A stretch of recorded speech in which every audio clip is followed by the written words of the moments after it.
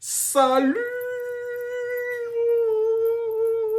à tous, la team OL, tout même chaud pour Lyon Fan TV. Très heureux les gars de vous retrouver pour une nouvelle vidéo. J'espère que vous allez bien. Avant toute chose, n'hésitez pas, vous pouvez gagner le maillot de Guignol, maillot third de l'Olympique Lyonnais, non sponsorisé ni par l'OL ni par Adidas. Pour ça, c'est très simple. Vous allez dans l'onglet communauté de la chaîne, vous allez sur le post en question, vous commentez un maximum et vous devez bien sûr abonner. Tirage au sort après le match contre Nantes. Première vidéo OL Daily Mercato de ce prochain mercato qui arrive, le mercato hivernal de l'Olympique Lyonnais, qui va être rocambolesque puisque, à la différence du mercato d'été où la DNCG nous a un petit peu mis des bâtons dans les roues, cette fois-ci, nous pouvons recruter à notre guise. Une enveloppe entre 50 et 65 millions d'euros sera allouée pour le mercato et beaucoup pensent que le mercato peut changer la face de notre équipe, la face de notre jeu et surtout, il sera indispensable pour le maintien. Donc aujourd'hui, on cible beaucoup de joueurs. Le mercato FC porte le 1er janvier et il y a énormément de pistes. On a reconstitué la cellule de recrutement avec une cellule beaucoup plus moderne dirigée par Mathieu Louis-Jean et Benjamin Charrier. Beaucoup d'analyses vidéo, beaucoup de scouts. Donc il y a une cellule de recrutement aujourd'hui qui est complète. Moi, j'ai fait une vidéo samedi où je disais que c'était un désastre, le mercato d'été, et notamment la politique de recrutement et les recrutements faits par Mathieu Louis-Jean et Benjamin Charrier. C'est un échec pour moi.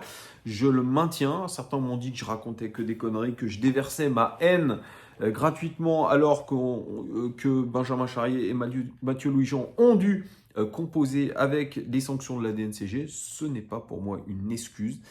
Il faut être malin aujourd'hui, il faut faire les choses bien et il faudra même être malin avec une enveloppe conséquente entre 50 et 65 millions d'euros. Il faudra cibler des postes clés. J'en ai parlé aussi parce que c'était le sujet du journal L'équipe un petit peu. Donc on va avoir des recrues un petit peu à tous les postes. Il va y avoir des départs pour la CAN, notamment Nouama. Et c'est l'objet de cette vidéo, c'est que l'OL va se pencher, est en train de se pencher sur des profils d'ailier. Alors ça, je suis en train de me dire, voilà, on est sur la première piste dont je vais vous parler. Elle a été citée aujourd'hui par Foot Mercato. C'est la piste menant à Moses Simon. Moses Simon, c'est le Nigérian de 28 ans qui évolue du côté du FC Nantes, qui est en fin de contrat en 2024. Donc ça pourrait être une bonne opportunité pour nous de le récupérer à moindre coût, voire peut-être même gratuit l'été prochain, mais ça serait un bon coup à faire dès cet hiver si on pouvait donner peut-être 5 millions d'euros au FC Nantes. Voilà, c'est un pari risqué, mais en tout cas, Moises Simon, il colle tout à fait avec ce que voudrait, je ne veux pas dire Pierre Sage, mais en tout cas, ce que voudrait peut-être la direction sportive via David Friot. Moses Simon, c'est un ailier de débordement extrêmement rapide, extrêmement technique. On l'a déjà affronté plusieurs fois avec l'OL et on en a fait les frais. Cette saison, c'est 15 matchs joués, 3 buts et 4 passes décisives dans un championnat un petit peu compliqué aussi pour le FC Nantes. Il peut jouer milieu gauche, il peut jouer ailier gauche et c'est quelqu'un qui aime beaucoup repiquer avec son pied droit. Très à l'aise, vraiment, c'est un dynamiteur, c'est un garçon qui a une belle capacité d'accélération, il est en plus dans la force de l'âge et sa note moyenne sur SofaScore, elle est de 6,94, ce qui est une très bonne note en soi. C'est un joueur disruptif, c'est un joueur, allez, on va dire un petit peu dans le style Jérémy Doku, l'ancien Rennais qui joue du côté de Manchester City, un petit peu dans l'idée, quelqu'un qui est très à l'aise avec les dribbles. J'ai un petit peu de point négatif, c'est ce qui était un petit peu reproché à Traoré. Bertrand Traoré, c'est souvent le même genre de dribble, donc il est un petit peu prévisible. C'est plus les passes clés, donc ce sont les passes avant les tirs de ses coéquipiers. Il est bon dans les tirs et notamment les tirs de loin. Très bon aussi dans les centres. Par contre, il est moins bon dans la contribution défensive. C'est dommage parce qu'on va demander à nos joueurs ailier de beaucoup défendre. Il va devoir défendre. Il n'est pas bon là-dessus. Il n'est pas bon dans les duels aériens parce qu'il est petit. Voilà, 1m68. Et puis, il n'est pas très bon dans les passes. C'est plutôt un joueur des 30 derniers mètres. Et c'est vrai que ses prises de risque font que quand il doit combiner dans la surface de réparation, eh bien, il est souvent un petit peu imprécis. Voilà. Mais c'est en soi une bonne idée, Moises Simon, pour l'enveloppe qu'on a, pour le profil. Moi, je trouve que c'est intéressant, profil Ligue 1, profil qui, en plus, habitué à jouer quand même le maintien. Donc, c'est une bonne idée. Franchement, je ne sais pas qui a sorti ce nom-là, mais en tout cas, moi, je trouve que le profil est une très, très, très bonne idée pour un Olympique Lyonnais. Donc, il est à Nantes depuis 2019, donc il connaît extrêmement bien le championnat de France et le maintien. Et ça sera tout à fait précieux, international aussi nigérien. Alors, je ne sais pas si le Nigeria est à la CAN, je pense que oui, vous me direz. Donc là, c'est un petit peu bizarre si on veut le recruter dès cet hiver parce qu'on aura besoin de joueurs prêts tout de suite. Donc sur ce côté gauche, pourquoi pas avoir ce Moses Simon capable de dynamiter tout ça. Alors profil aussi similaire à Diego Moreira. On verra ce qu'on fait de Diego Moreira. Mais Diego Moreira, c'est assez aussi imprécis. Diego Moreira n'a pas monté grand chose depuis qu'il est arrivé à l'Olympique Lyonnais. Là, c'est quand même un profil beaucoup plus expérimenté que Diego Moreira.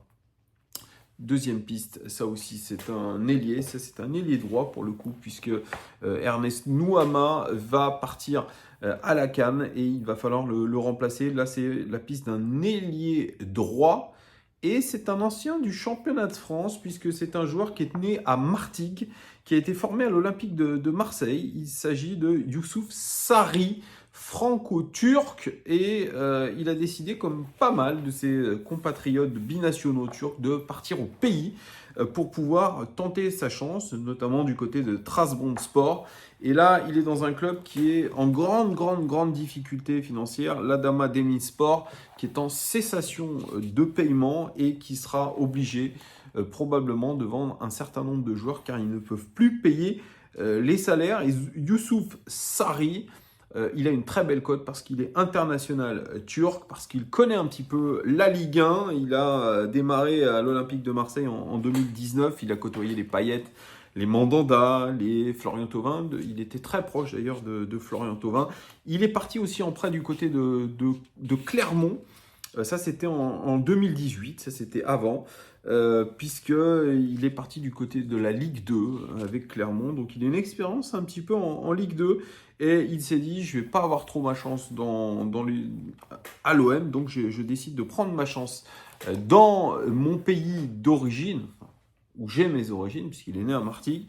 Et ça a été un choix plutôt payant, puisque, comme je vous l'ai dit, il est devenu international turc. Il a 25 ans aujourd'hui.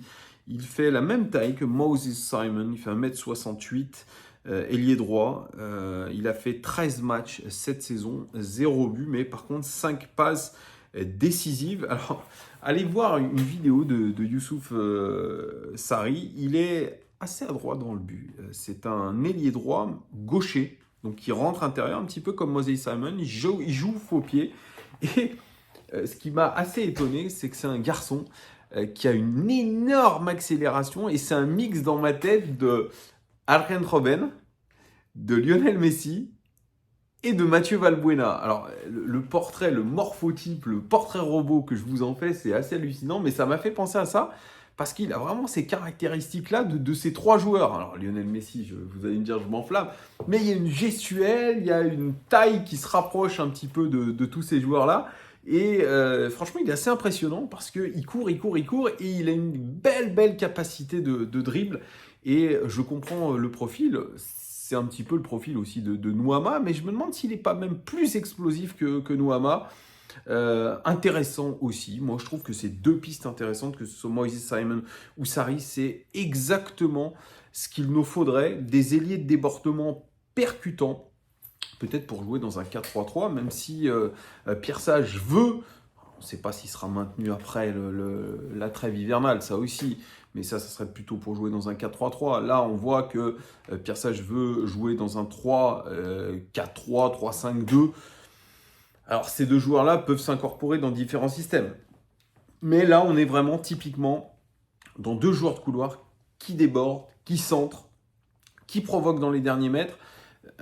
Techniquement, pour moi, c'est plus fort, Youssouf Sarri, que Ryan Cherki. Réellement, ça va plus vite, c'est plus technique, il est capable aussi de marquer. Moi, je trouve que c'est franchement, en plus, les catégories d'âge sont bonnes, 25 ans pour Sarri, 28 ans pour Moses Simon. En plus, Sarri, lui, il est dans un championnat qui est bouillonnant, où il y a de la pression. Moi, je trouve que ce sont 2 pistes excellentes pour le mercato lyonnais. Donc, est-ce que ça va se faire? Ça va pas se faire. J'en sais rien. En tout cas, c'est pile poil en tout cas ce qu'il nous faudrait pour ce mercato. Vous me direz en commentaire ce que vous pensez de ces 2 pistes-là. Est-ce que ce sont des bonnes pistes pour l'OM ou non? Dites-moi tout en commentaire. Je vous remercie. Ciao!